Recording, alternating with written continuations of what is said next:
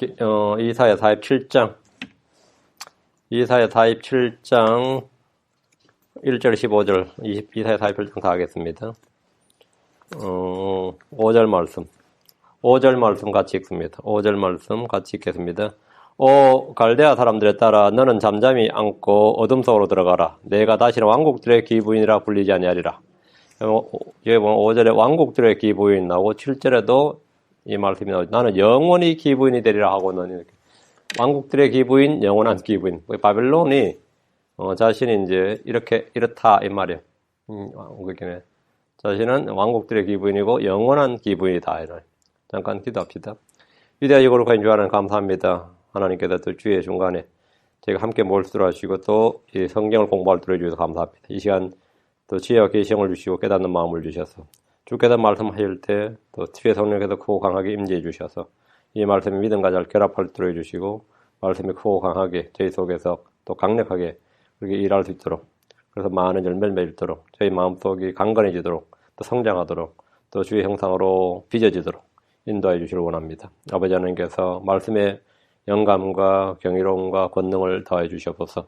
말씀의 은혜를 차고 넘치게 해주셔서 전한 자나 듣는 자가 동일한 은혜를 함께 누리게 해주시고 또 말씀의 복을 저희가 다 받도록 해주십시오. 감사드리며 주의 성기도합니다. 아멘. 네, 오늘 공부할 말씀은 바빌론의 멸망 심판에 관한 말씀입니다. 성경을 자세히 읽는 분들이라면 본문에서 바빌론이 처녀, 딸, 귀부인, 과부로 다양하게 불리는 것을 볼 수 있습니다. 처녀들은 누구나 자신이 귀부인이 되길 바라고 그렇게 불리고 싶어 합니다. 처녀, 딸들이 높은 지위나 신분과 권세를 가진 귀부인이 되어서 교만해지면 그때 주님은 그들을 과부로 만들어 버리십니다. 귀부인이 되었을 때 그것을 쾌락 가운데 지내고 마음이 높아지고 하면 이제 과부가 된다 이거예요. 바벨론은 왕국들의 귀부인이라고 불렸습니다. 그러나 스스로 나는 영원히 귀부인이 되리라 이렇게 말합니다. 그러나 사람의 날들은 풀과 같고 그가 번영하는 것은 들의 꽃과 같다는 말씀대로 영원할 것 같았던 바벨론의 힘과 영광은 유다를 포로로 잡아온 지 70년 만에 끝나고 말았습니다. 70년 만에. 느부갓네살 왕 때 그들은 왕국의 힘과 영광이 이 세상의 최고였습니다. 그러나 세상에는 영원한 것이 없습니다. 그것이 제국이든 왕국이든 무엇든 간에 영원한 것이 없습니다. 대언자 이사야 40장 6절에 모든 육체는 풀이요 육체의 모든 아름다운 들의 꽃과 같으니라 외친 대로 바빌론은 왕국들의 기부인에서 과부로 전락해버렸습니다. 바빌론은 돈 많은 과부가 아니라 모든 것을 잃고 완전히 망해버린 과부의 처지가 된 겁니다. 그럼 왜 바빌론을 과부라고 하는 겁니까? 과부란 남편이 있었다는 말입니다. 성경은 과부나 이혼한 여자를 구분합니다. 과부는 남편을 잃은 사람입니다. 바벨론의 남편은 사탄입니다. 예루살렘의 남편은 하나님입니다. 예루살렘은 하나님의 도성이라면 바벨론은 사탄의 도성입니다. 위에 있는 예루살렘이 우리 모두의 어머니라면 큰 바벨론은 땅의 창녀들과 가지한 것들의 어머니입니다. 계시록에 보면 큰 바벨론이 나옵니다. 계시록 17장 4절에 그 여자는 자주색 옷과 주홍색 옷을 차려입었고 금과 보석들과 진주들로 꾸몄으며 가증한 것들과 자기의 음행으로 인한 더러운 것으로 가득한 금잔을 손에 가졌더라. 귀부인 맞죠? 하여튼 보이는 건 귀부이죠. 자주색 옷에 주홍색 옷을 차려입었다. 금과 보석들과 진주들로 꾸몄으며 이러면 민족들의 왕국들의 과부인이죠. 귀부인이죠. 이 장면은 바빌론이 왕국의 기부인이라는 말씀과 일치합니다. 역사적으로 바빌론은 땅의 왕들을 위해 군림하는 도시였습니다. 예언적으로는 큰 바빌론이 그러합니다. 계시록 17장 18절에 또 내가 본 그 여자는 땅의 왕들을 위해 군림하는 저 큰 도시니라 하더라. 역사적으로 바빌론이 멸망했듯이 큰 바빌론 역시 완전히 멸망합니다. 이 부분은 본문에서 좀 더 살펴보기로 하겠습니다. 자, 본문을 봅니다. 1절, 47장 1절. 오 바빌론의 처녀 따라 내려와서 뒷거리에 앉으라. 오 갈대아 사람들에 따라 왕자가 없으니 땅에 앉으라. 내가 다시는 부드럽고 우아하다고 불리지 아니하리라. 부드럽고 우아하다고 불리지 아니하리라. 돈 많고 하면 그런 귀부인들 모습을 생각하시면 돼요. 대언자 이사야가 이 말씀을 전할 때 바빌론은 세계 최강국의 제국으로 일어설 힘이 있는 나라였습니다. 아시리아의 힘이 약해지면서 그 힘의 공백을 틈타서 바빌론이 제국으로 지금 기틀을 다지고 있었습니다.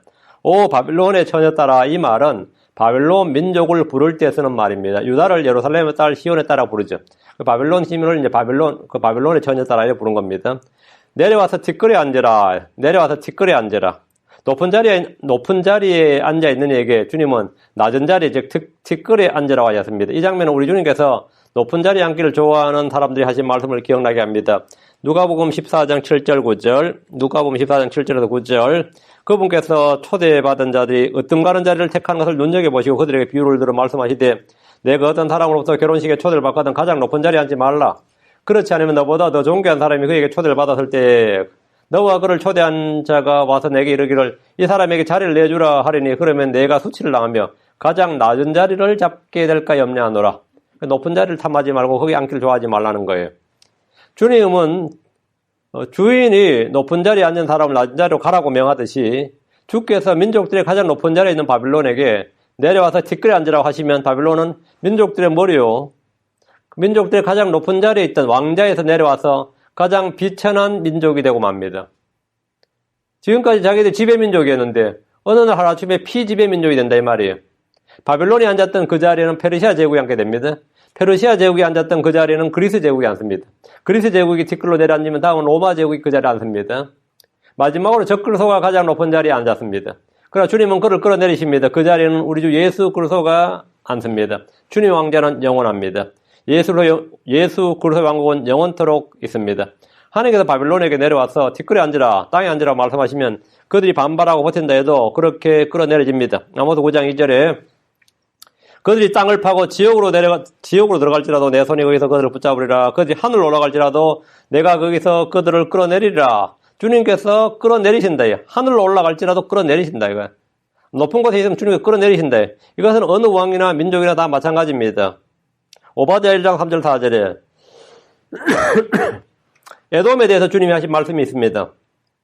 바위 틈에 거하며 높은 곳에 저소를 놓은 자여 내 마음에 교만이 너를 속였도다. 그 자가 마음속으로 이르기를 누가 나를 땅으로 끌어내리겠느냐 하는도다. 내가 내 자신을 독수리처럼 높이며 내 보금자리를 별 가운데 둘지라도 내가 거기서 너를 끌어내리라. 주가 말하노라. 내가 너를 끌어내리라. 그들은 누가 나를 땅으로 끌어내리겠느냐 할 때 주님은 내가 거기서 너를 끌어내리라. 누가 할 때 주님은 내가 I am 한다 이거죠. 나다 이거예요. 하나님 하늘에 사탄을 끌어내려서 지옥의 구덩이에 두시는 분입니다.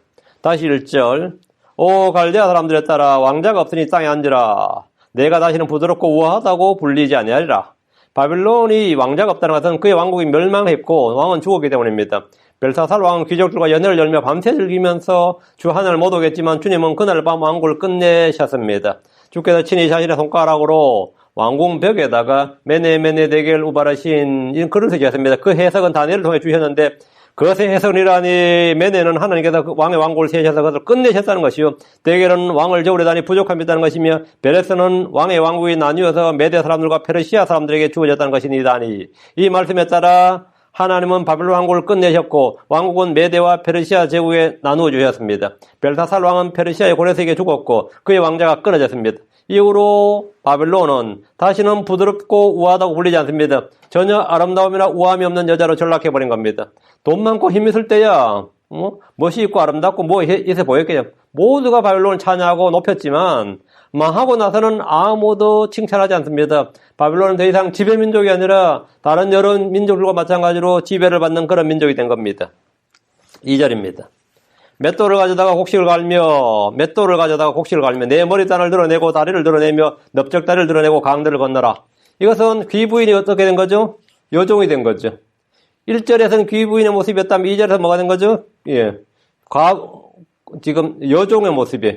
맷돌을 가져다 곡식 간다. 이건 여종이 하는 일이다. 내 머리살을 드러내고 다리를 드러내며 이건 뭐죠? 일하려면 뭐 우함을 떨 수는 없는 거죠.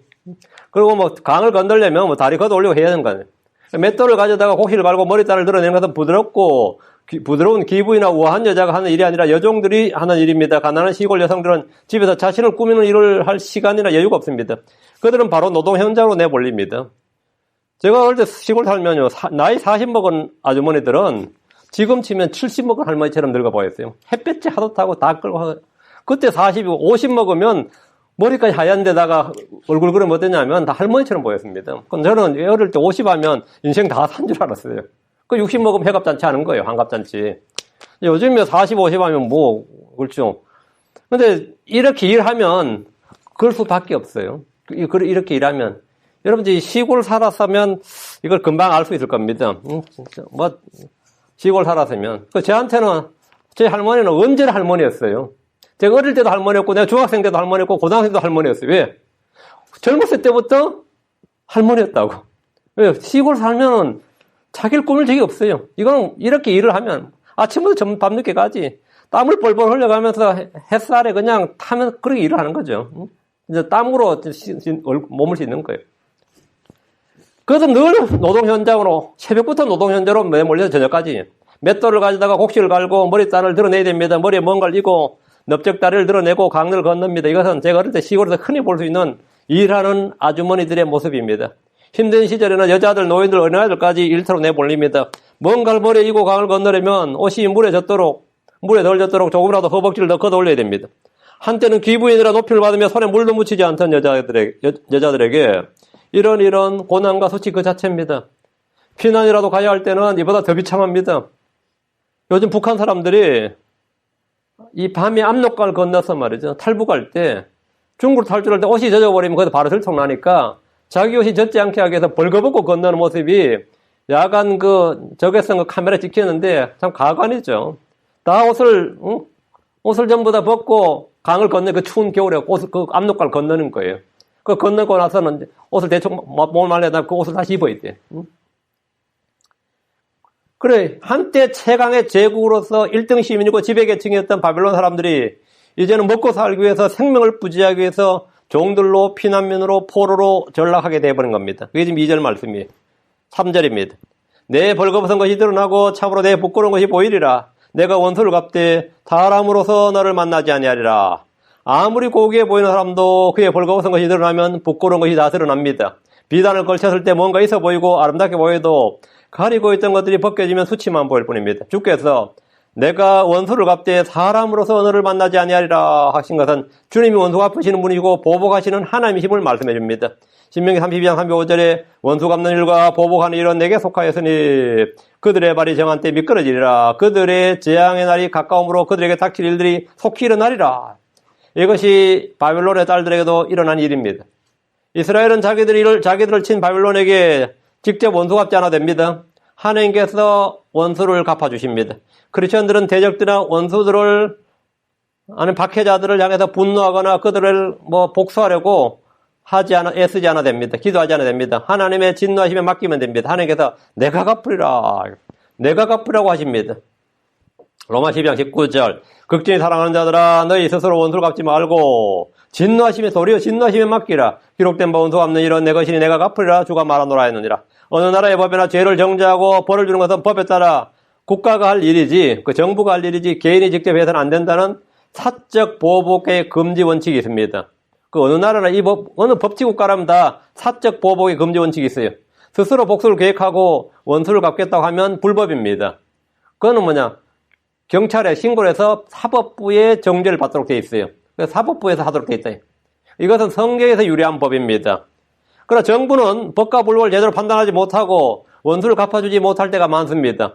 경찰에 신고했더니만 법원에 했더니만 이게 뭔가 일이 잘못 틀어져가지고 제대로 판단을 못할 때가 많습니다. 그래서 억울한 피해자에게 더 큰 실망감과 상처를 줄 때가 많습니다.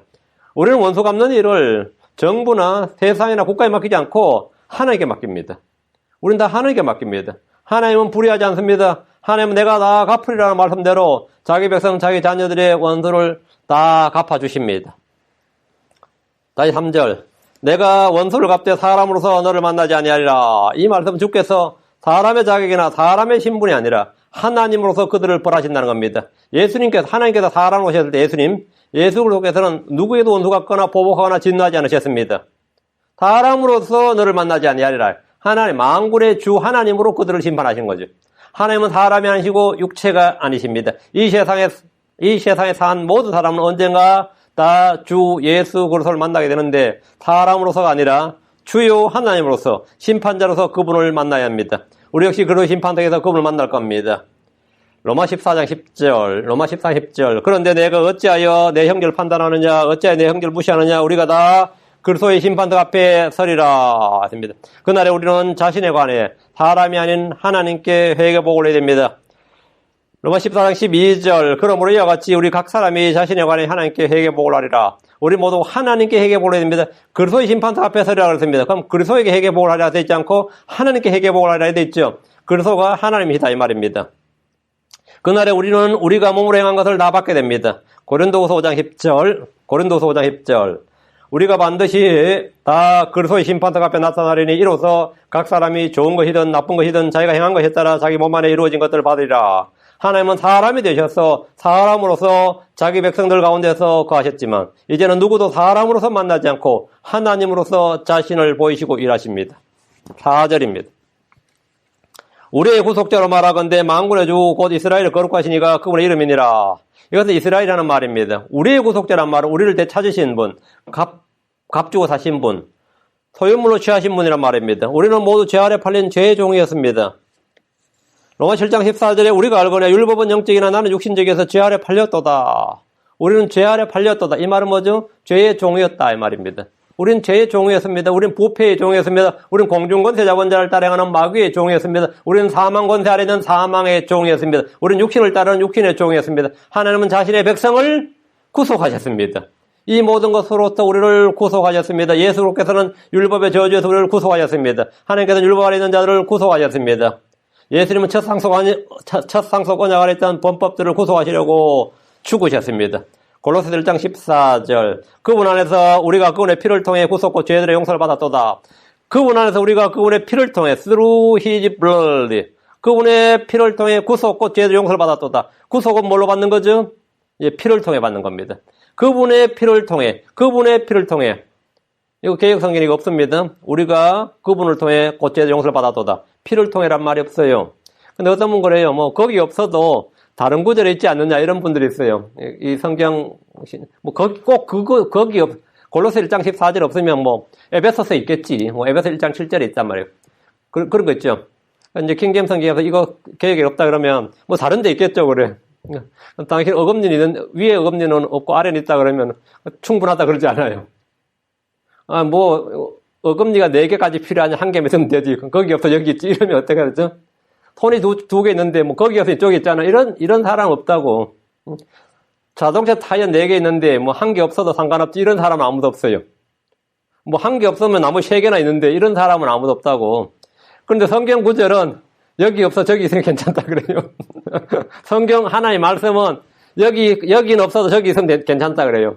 이 사람은 그런 생각이나 그런 마인드를 가진 사람은 그리스도영을 가진 사람이 아니에요.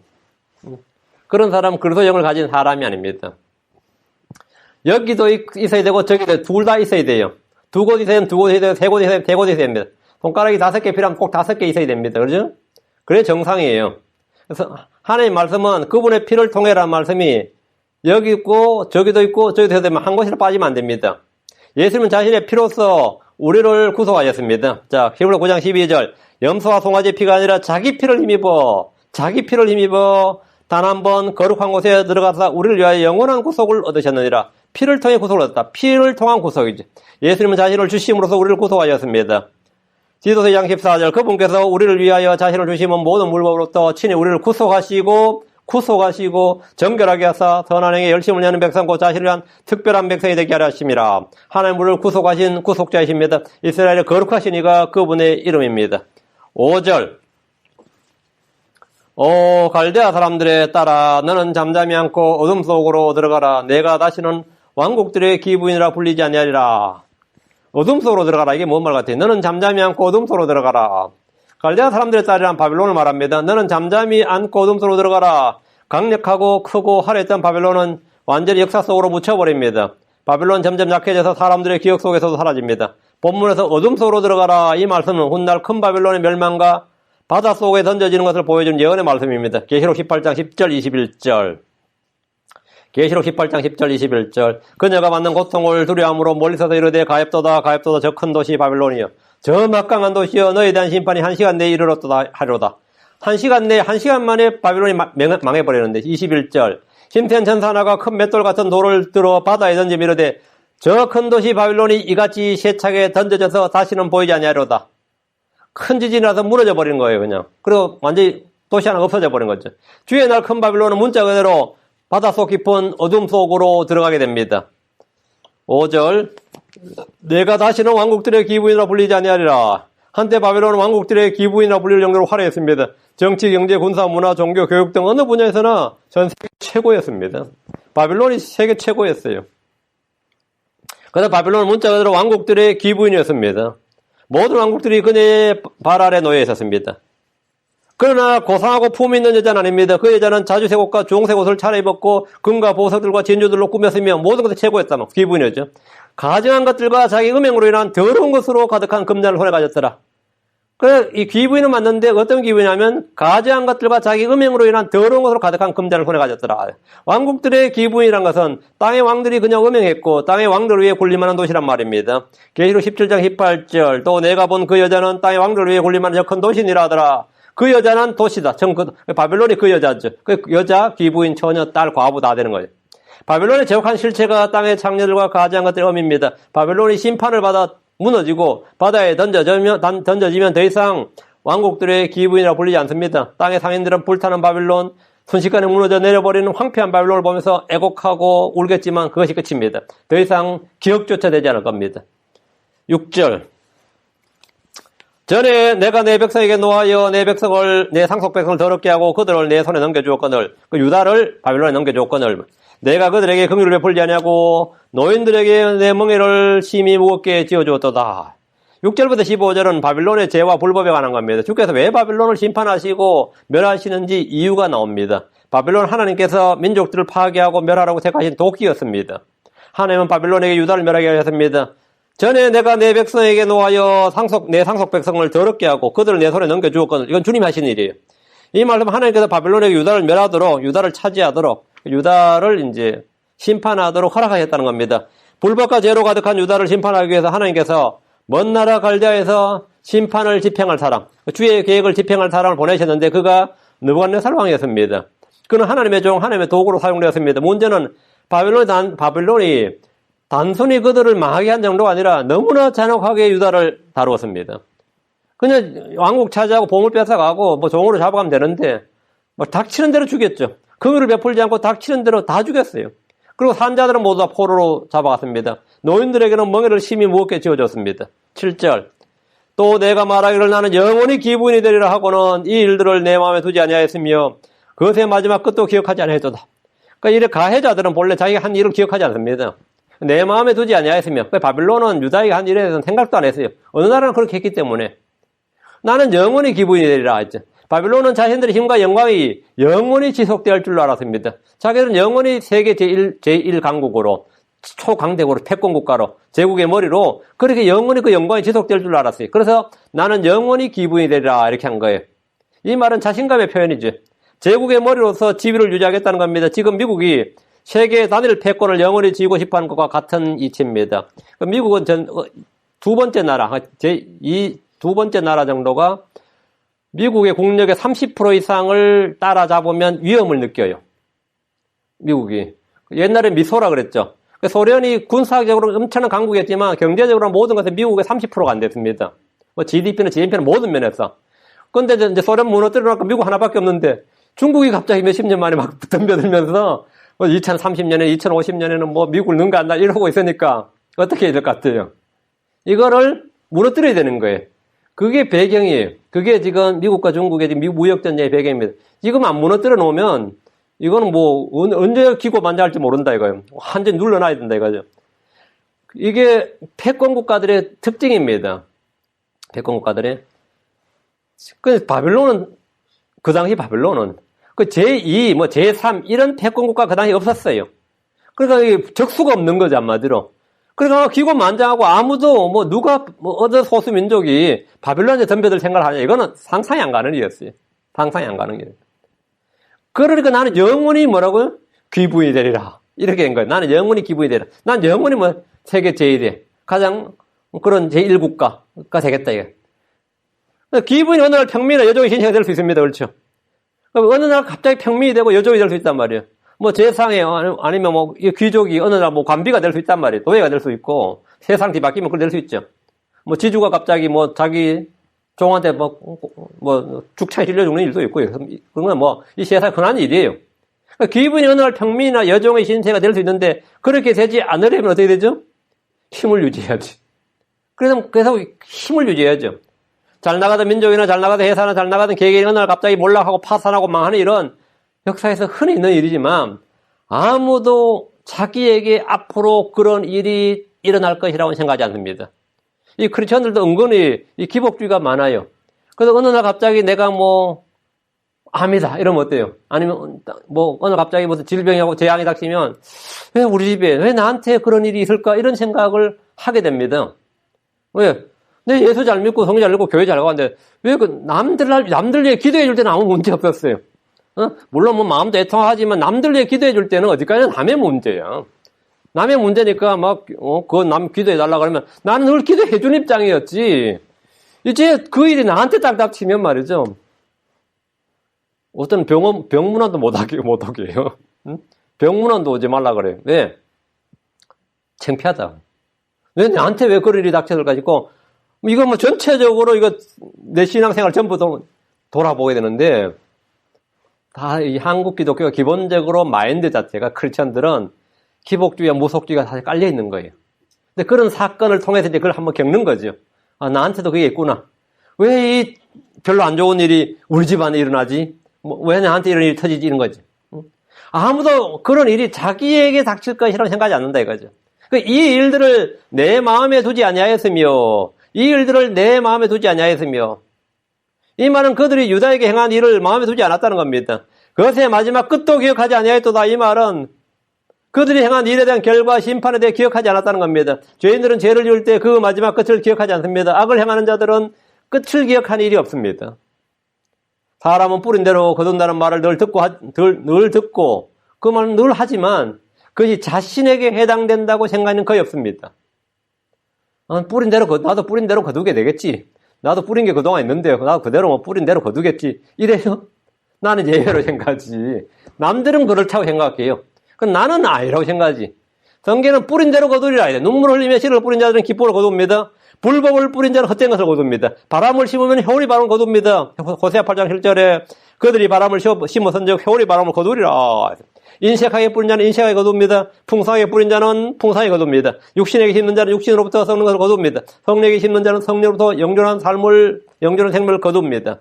성경 말합니다. 갈라디아 6장 7절 9절 속지 말라. 하나님 조롱당하지 아니하시나니 사람이 무엇을 심든지 또한 그것을 거두리라. 무엇을 심든지 그것을 거두리라. 심는 걸 거둔다 이거예요. 심고 거두는 법칙은 예외가 없습니다. 갈라디아 6장 9절 우리가 잘 행하는 가운데 지치지 말지니 우리가 기진하지 아니하면 정하신 때에 거두리라. 바벨론 나는 영원히 기부이 되리라 했지만 유다를 포로로 잡은 지 70년 만에 망하고 말았습니다. 그들은 뿌린 대로 거두었습니다. 뿌린 대로 거두었습니다. 심은 대로 거두었습니다. 그러나 한 번도 그런 일을 마음에 두지도 않았고 끝을 기억하지 않았습니다. 그냥 우리는 영원히 기부이다 이거. 우리가 빌어먹을 일은 없다 이거죠. 큰 바벨론이 땅의 왕들을 위해 군림한 도시였지만 주께서 그녀를 심판하였고 땅에서 다시는 보이지 않게 하셨습니다. 8절 그러므로 쾌락에 빠져 염려 없이 거하며 마음속으로 이르기를 나쁜 일아 나 외에 다른 이가 없도다. 나는 과부로 앉지도 아니하며 자녀를 잃어버린 일도 알지 아니하리라 하는 자여 너는 이제 이 말을 들을지어다. 주님께서 바벨론에 하신 말씀입니다. 바벨론은 뭐라 그러냐면 쾌락에 빠져서 염려 없이 거하며 얼마나 잘 사는지 알겠죠? 얼마나 잘 사는지. 그러니까 뭐 바벨론은 제국이 뭐 그 당시에는 뭐 전 세계 훑어온 그문이 너무 많아가지고 진짜 뭐 일할 일이 없어. 일을 안 해도 먹고 살았죠. 뭐 노예로 잡아온 사람이 너무 많고 일을 한다는 건 뭐 상상도 못 하는 거지. 일을 왜 해요? 워낙 많으니까. 로마 시대에도 로마의 귀족들, 로마 시민들이 일 안 했습니다.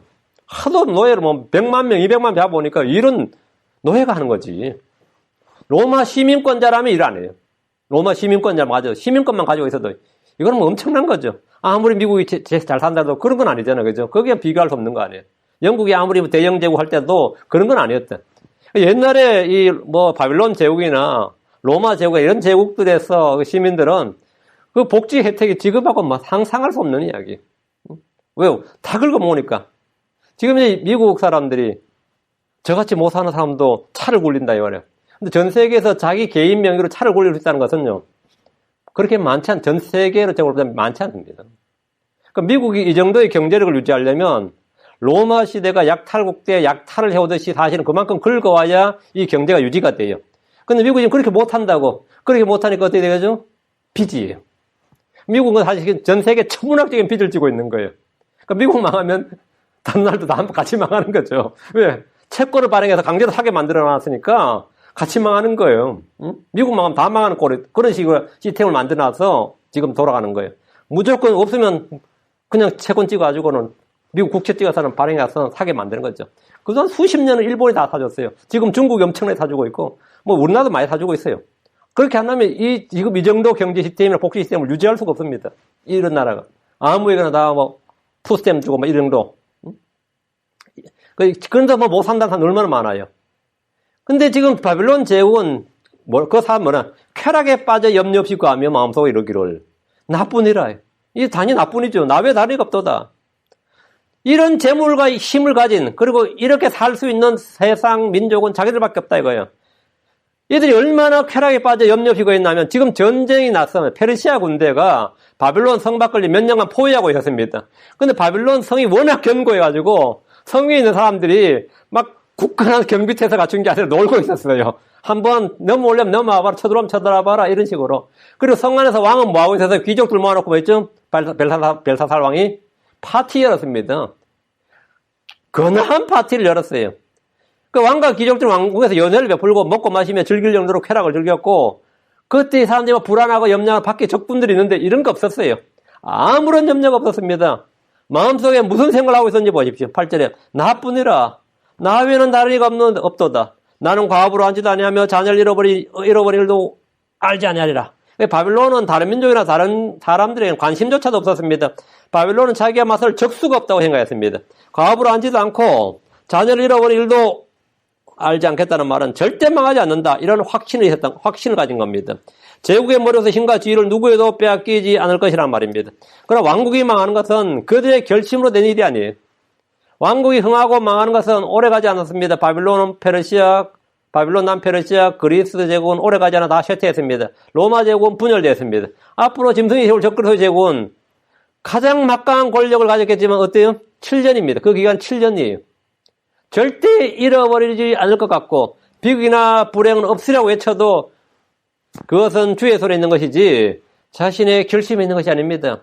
왕국의 흥망성쇠나 도시가 서고 무너지면 주께서 정하실 일입니다. 주께서 바빌론에게 너는 이제 이 말을 들을지어다 이렇게 심판을 선포하셨습니다. 너는 이제 이 말을 들을지어다. 9절입니다. 한날에 한순간에 자녀를 잃으며 과부가 되는 이 두 가지 일이 내게 임하리로다. 너는 수많은 마법과 심히 풍성한 마술로 인하여 그것들이 내게 완전히 임하리라. 하나님 바빌론이 마음속으로 결코 일어나지 않을 것이라고 하는 두 가지 일이 한날에 한순간에 임할 것이라고 하셨습니다. 왕국의 귀부인 바빌론이 어느 날 자녀를 잃으며 과부가 된다는 겁니다. 쾌락에 빠져 염려 없이 사는 여자에게 이 말은 충격 그 자체입니다. 이렇게 살던 여자는 평민으로 살려고 하면 그건 죽으라 그러는 것보다 더 힘듭니다. 이런 사람이 종돼버리면 그냥 뭐 정말 자살하죠. 이런 수많은 마법과 힘이 풍성한 마술로 인해 그녀에게 임합니다. 바빌론은 수많은 마법과 마술이 성행한 도시로 모든 민족들이 거기에 속았습니다. 계시록 18장 23절에 등잔불빛이 다시는 내 안에서 비치지 아니하며 신랑과 신부의 음성도 다시는 내 안에서 들리지 아니하로다. 내 상인들은 땅의 위대한 자들이었으며 내 마법의 모든 민족들이 속아 넘어갔도다. 내 마법의 모든 민족들이 속아 넘어갔도다. 마법사들은 오늘날 마술쇼에 사는 것처럼 눈속임의 기술이 아니라 사탄의 역사를 따라 문자로 실제로 일어나는 표적과 기적과 큰 권능을 행사합니다. 이것은 간단한 눈속임이 아닙니다. 이들은 방언도 하고 병도 고치고 예언도 합니다. 병도 고친다. 어때요? 그 눈속임이 아니단 말이죠. 방언도 하고 병도 고치고 예언도 해요. 이들은 기적도 일으킵니다. 데살로니가후서 2장 9절 10절. 데살로니가후서 2장 9절 10절. 그가 오는 것은 사탄의 활동을 따라 모든 권능과 표적들과 거짓적들과 불의의 모든 속임수와 함께 멸망하는 자들에게로 오는 것이니 이는 그들이 진리의 사랑을 받아들이지 아니하여 구원을 받지 못하였기 때문이라. 여기 보면 사탄의 활동을 따라 뭐 온다고요? 모든 권능과 표적들과 거짓적들과 불의의 모든 속임수와 함께 멸망하는 자들에게로 온다 이거예요. 대환란 때 큰 바빌론은 마법으로 모든 민족들을 속이고 택함 받은 자들, 그 유대인들까지 속일 것이라고 합니다. 마태복음 24장 24절에서 우리 주님이 유대인들에게 경고하셨어요. 거짓 그리스도들과 거짓 대언자들이 일어나 큰 표적들과 이적들을 보여 할 수만 있으면 바로 그 선택받은 자들을 속이리라. 뭘로 속인다는 거예요? 표적들과 이적들을 보여가지고. 유대인들은 표적을 요구하잖아요. 표적을 요구하니까 표적을 보여주는 거예요. 이적을 요구하니까 이적을 보여주는 거예요. 그러니까 속는 거죠. 크리스천들 역시 표적과 이적, 기적을 요구하고 그것을 사모하면 속을 수 있습니다. 사탄의 사역자들은 거짓 대언자, 거짓 사도, 거짓 교사, 거짓 유대인, 거짓 형제 등 다양한 모습으로 교회로 기어들어와서 다른 씨를 뿌립니다. 그리고 성도들을 속입니다. 그들은 주의 이름으로 대언하고 마귀들을 내쫓고 주의 이름으로 많은 놀라운 일을 행하는 사탄의 사역자들에게 쉽게 속습니다. 왜? 주의 이름으로 행하니까. 주의 이름으로 행하니까 다 성령의 역사로 행하는 거죠. 이 교도들은 아무도 주의 이름으로 대언하거나 마귀들을 내쫓지 않습니다. 성경 신자들은 주의 이름으로 방언하거나 대언하지 않습니다. 그럼 누가 그걸 하죠? 오순절 은사주의자들은 주의 이름으로 이런 짓을 교회 내에서 만행합니다. 목사님부터 시작해서. 그들은 다 예수 이름으로 귀신 안 물러가라 그래요. 예수 이름으로 나을지어다. 예수 이름으로. 다 그들 입에 예수 이름이 붙어 있습니다. 그들은 다 주의 이름으로 합니다. 방언도 하고 남의 방언 통역도 해줍니다. 이들은 훗날 주님으로부터 내가 결코 너희를 알지 못하였노라 불벌 행한 자들아 너희는 내게서 떠나라 이 말씀을 듣게 될 겁니다. 그때 그들은 내가 주의 이름으로 대언다고 주의 이름으로 마귀들을 내쫓고 주의 이름으로 많은 놀라운 일을 행하지 아니하였나이까 이렇게 할 겁니다. 왜? 그들은 교회 다녔어요. 교회 개척도 하고 교회 세우기도 하고 부흥도 하고 맨날 안수도 해주고 주의 이름으로 실제 철학기도 모임 때 얼마나 많은 사람 방언하게 안수해 줬던가. 내가 손만 안 대면 그 사람들 그냥 방언 다 받게 해주고 말이죠. 뒤로 나자빠지고 다 주의 이름으로 했습니다. 며칠 전에 어떤 자매님이 저한테 상담을 왔어요. 자기가 금요 철야 기도 때 방언을 받았어요. 금요 철야 기도 때. 머리 안 듣고 방언 받으라 그러면 하나님 주신 은사는 거부하지 말지어다 해가지고 방언을 하니까 탁 방언이 임한 거죠. 근데 자신이 하는 방언이 진짜인지 가짜인지도 모르겠고 무엇보다 자신이 하나님께 무엇을 기도하는지 모르는 것이 가장 답답했습니다. 내가 지금 하나님 자녀로 하나님 앞에 갔는데 내가 하는 기도를 내가 몰라. 방언으로 하니까. 그게 답답한 거예요. 이 자매는 자칭 예언과 통역 은사를 가졌다는 이제 그 자체 교회 어떤 사람으로부터 자신의 방언을 통역을 받았습니다. 통역을 받으니까 통역을 이제 쫙 해줬어요. 들으니까 답답하죠. 왜? 좋은 말 들었어요. 통역을 아주 가장 좋은 말 다 해주잖아요. 통역해 줄 때. 들으면서 그런데 왜 나는 남을 통해 내가 한 기도를 왜 남을 통해 들어야 하는가? 내가 하나님께 드린 기도를 왜 남을 통해 들어야 하는가라는 생각에 마음이 편치라는 거예요. 야, 이 자매는 정상적인 사고를 가진 사람이야. 왜 내가 하나님께 한 기도를 남을 통해 들어야 되는가? 예수님의 보혈로 내가 직접 하나님께 아버지라 부르면 나아갈 수 있는데, 담대히 나아갈 수 있는데, 왜 나는 다른 사람을 통해 하나님의 말씀이라며 이렇게 들어야 하는가라는 의문이 들었다 이거야. 야, 진짜 크리스천이야. 정상적인 사고를 가진, 건전한 생각을 가진 사람이에요. 응? 크리스천이라면 당연히 이런 생각이 드는 게 정상적인 사고입니다. 건전한 영을 가진 사람은 당연히 이런 생각을 해야 됩니다. 약물인치 않은 개돼지들이나 아무 생각 없이 연습으로 방언하고 흉내내는 방언하고 아무 소리나 찔러대면서 그것을 성령의 은사라고 주장하면서 좋아하고 쏟습니다. 참 개돼지들 많은 거죠. 응? 교회 내 개돼지들이나 그런 거 좋아하는 거예요. 응? 그리고 그게 혹시 답답하지 않았느냐 하면 성령이 주신 은사인데 기뻐 어쩔 줄 모르는 자기가 하는 말 자기가 하나님께 뭘 기도했는지도 모르는 기도를 하고 남을 통해 통역을 듣는데 자기가 한 기도를 남을 통해 듣는데 그걸 좋다면 그게 진짜 개돼지지 뭐예요. 응? 참 개돼지지. 근데 이런 사람 왜 그런 거예요? 진리의 사랑을 받아들이지 않아서 구원을 받지 못하기 때문입니다. 그거는 직업하고 상관없어요. 의사라는 사람이 그런 거 있고 교수라는 사람이 그지도 않는 사람이 있고 직업하고 아무 상관없습니다. 응? 아무리 학교에서 공부 많이 듣는 사람 아무 상관없어요. 그런 개돼지들이 많아요. 이런 사람들은 마귀 올무에 걸린 겁니다. 바빌론의 마법과 수많은 마술은 로마 캐톨릭을 통해서 개신교회로 들어왔는데 어떻게 들어왔느냐 하면 영성술하고 들어왔습니다. 영성술, 트레스디아스하고 들어온 겁니다. 그게 영성수련, 영성훈련 이게 다 로마 캐톨릭 예수회에서 개신교로 들어온 겁니다. 다 마법과 마술입니다. 요즘은 무슨 훈련 시키냐면 마귀 쫓는 훈련도 그건 훈련으로 시켜요. 훈련으로. 그 전부 다 뭐냐 마법과 마술이다 이거예요. 10절 바빌론이 원조입니다. 10절 47장 10절 내가 내 사악함을 신뢰하였나니 내가 이르기를 아무도 나를 보지 아니한다 하였도다. 내 지혜와 내 지식이 너를 굳게 하였으므로 내가 마음속으로 이르기를 나뿐이라 나 외에 다른 이가 없다 하였도다. 바벨론은 자신의 사악함을 신뢰했습니다. 힘 있는 자들은 자신들의 힘을 바탕으로 저지르는 폭력과 불법을 죄가 아니라 뭘로 여깁니까? 특권으로 여깁니다. 이제 힘이 있으니까 내가 이렇게 마음대로 할 수 있구나. 그러니까 불법과 죄를 뭘로 여기는 거죠? 특권으로 여겨요. 그러니까 힘 있는 자들은 불법과 죄를 특권으로 여긴다 이거예요. 그래서 그래도 아무도 시비를 걸지 못하기 때문입니다. 그들은 자기들 마음대로 해도 누가 자신을 정죄할 것이며 판단할 것이냐고 생각합니다. 이 말은 아무도 자기가 행하는 일에 시비를 걸지 못한다는 말입니다. 바빌론 제국 때는 바빌론이 하는 일이고 법이고 질서였습니다. 바빌론이 곧 질서예요. 바빌론이 곧 힘이고 자기들이 하는 일이 곧 질서단 말이에요. 아무도 나를 보지 아니한다 했도다. 이는 바빌론의 사악함과 폭력과 불법에 대해서 그 누구도 뭐라 하지 못한다는 겁니다. 지금도 힘 있는 자들의 불법과 비리에 대해서 많이들은 그냥 봐도 보지 못한 겁니다. 힘 있는 자들이 저지른 건 그냥 봐도 보지 못한 척합니다. 국제사회에서는 더욱 힘의 논리가 지배합니다. 더럽고 치사해도 거기에 대해 뭐라 할 수가 없습니다. 거기에 뭐라 할 수가 없어요. 내 지혜와 내 지식이 너를 굳게 하였으므로 바빌론 사람들의 건축수나 그들의 지식의 수준이 얼마나 높았는지를 보여줍니다. 바빌론의 점성스러운 당대 천문학 수준을 보여줍니다. 바빌론은 대학이 있었고 도서관이 있었고 각국의 똑똑하고 유능한 청년들을 선발해서 교육을 시켰습니다. 이건 느부갓네살이 얼마나 지혜로운 왕이었는지 보여주는 장면이에요. 피지배 민족의 그 귀족 왕족들 자제들 불러다가 내시로 만드는 다음에는 그들을 바빌론 교육을 시켜가지고 이 바빌론 제국을 탄탄하게 만든 거예요. 탄탄하게. 그 다니엘과 그의 친구들도 바빌론 왕립 장학생으로 선발되어서 교육을 받았던 사람들입니다. 바빌론의 지혜는 세상 지혜였고 마귀의 지혜였습니다. 이 땅에 속한 지혜, 마귀에 속한 지혜, 육신의 지혜는 그들을 굳게 합니다. 관능적이고 마귀에게 속한 것이기 때문입니다. 하나님의 지혜는 순수하고 화평하고 부드럽고 간청을 잘 들으며 긍휼과 선한 열매로 가득하고 차별이 없고 위선이 없습니다. 바빌론 학문과 기술의 발전을 통해 제국을 더욱 번성케 하고 오래 지속되게 하려고 했습니다. 그들은 스스로 나쁜 일이라 나 외에 다른 이가 없다고 할 정도로 교만해졌는데 이는 어리석은 자의 말입니다.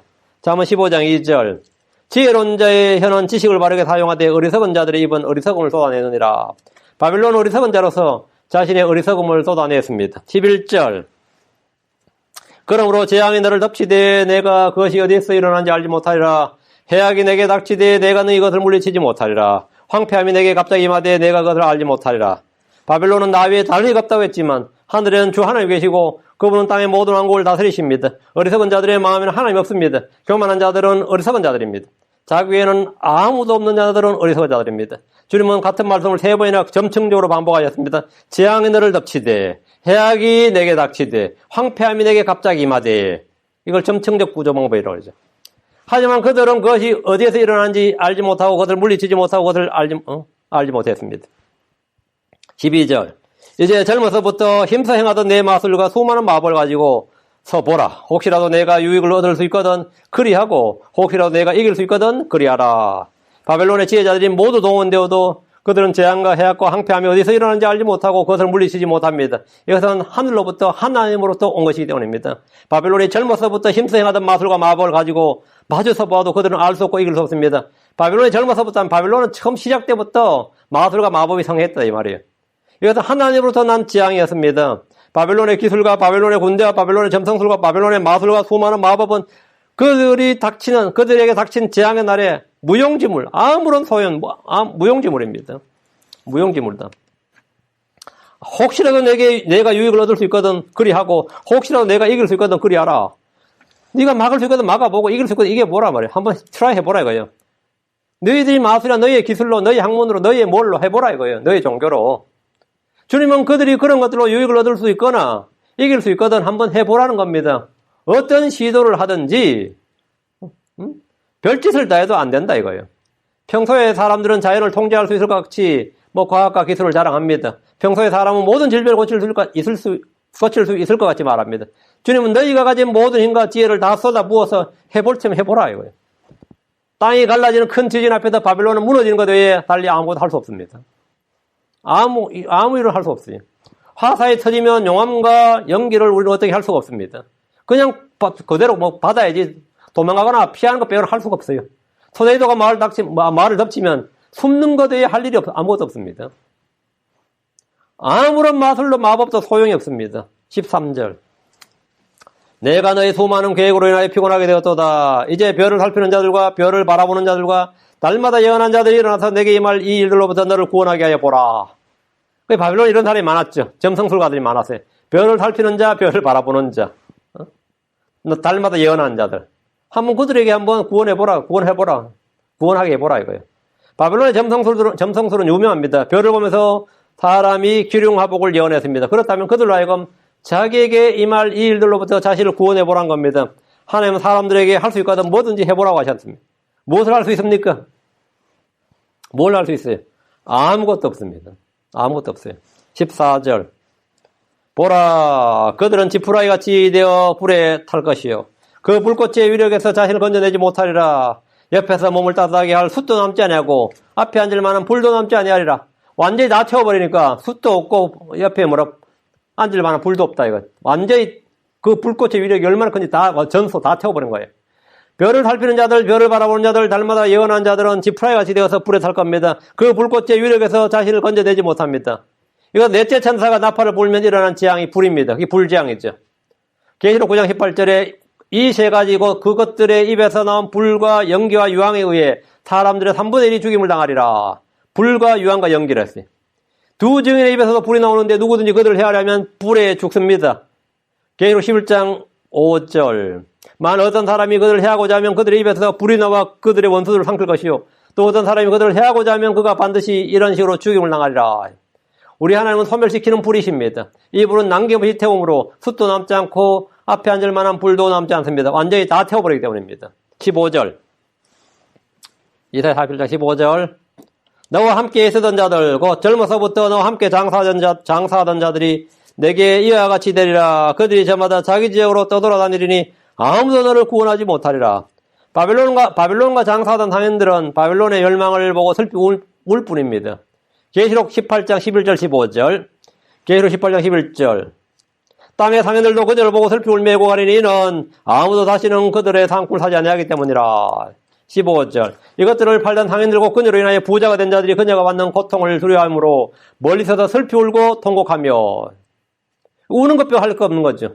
이들은 슬피 울며 애곡하지만 바빌론을 도울 수는 없습니다. 그냥 망하니까요. 그들이 저마다 자기 집으로 떠돌아다니니 아무도 너를 구원하지 못하리라. 바빌론의 상업적 경제체계는 완전히 붕괴되어버리고 그들과 무역하던 어떤 나라들도 바빌론의 재건을 도울 수가 없습니다. 왜? 완전히 망해버렸기 때문에 다시 재건을 도울 수가 없어요. 유럽이 망했을 때 미국이 도왔잖아요. 마샬 플랜에가 유럽의 재건을 도왔어요. 그러나 바빌론이 망하면 아무도 도울 수가 없다. 세계 무역의 중심 도시였던 바빌론이 폐허가 되어버렸기 때문에 상인들은 모두 자기 지역으로 떠돕니다. 이것은 계시록 17장과 18장에 성취되는 것을 볼 수 있습니다. 대언자 이사야는 역사적 바빌론의 멸망과 더불어서 먼 미래에 있을 큰 바빌론의 멸망까지 함께 지금 대언하고 있습니다. 이걸 이제 예언의 이중성이라고 합니다. 더블 어플리케이션이죠. 역사적 사건을 통해서 예언적 사건을 같이. 대언자 이사야가 이 예언할 때는 역사적으로도 아직 성취되지 않았던, 바빌론이 망하지 않았던 때였어요. 아직 바빌론 포로 되기 전이니까, 이스라엘이. 지금 이중, 더블 어플리케이션의 그 예언을 하고 있는 겁니다. 다음 시간에 48장 하겠습니다. 오늘까지. 잠깐 기도합니다. 위대하고 거룩한 주 하나님 감사합니다. 하나님께서 오늘도 주의 말씀을 선포할 수 있도록 허락해 주셔서 감사합니다.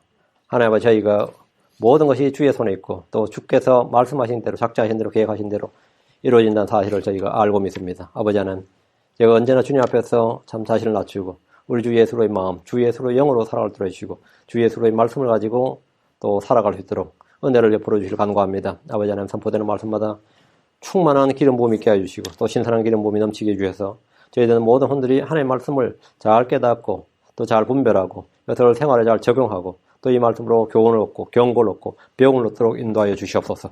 아버지, 특별히 이 말씀 침례교회 모든 성도들에게 힘을 주시고 위로부터 내려온 지혜와 또 복을 부어주십시오. 감사드리며 주의 성기도합니다. 아멘.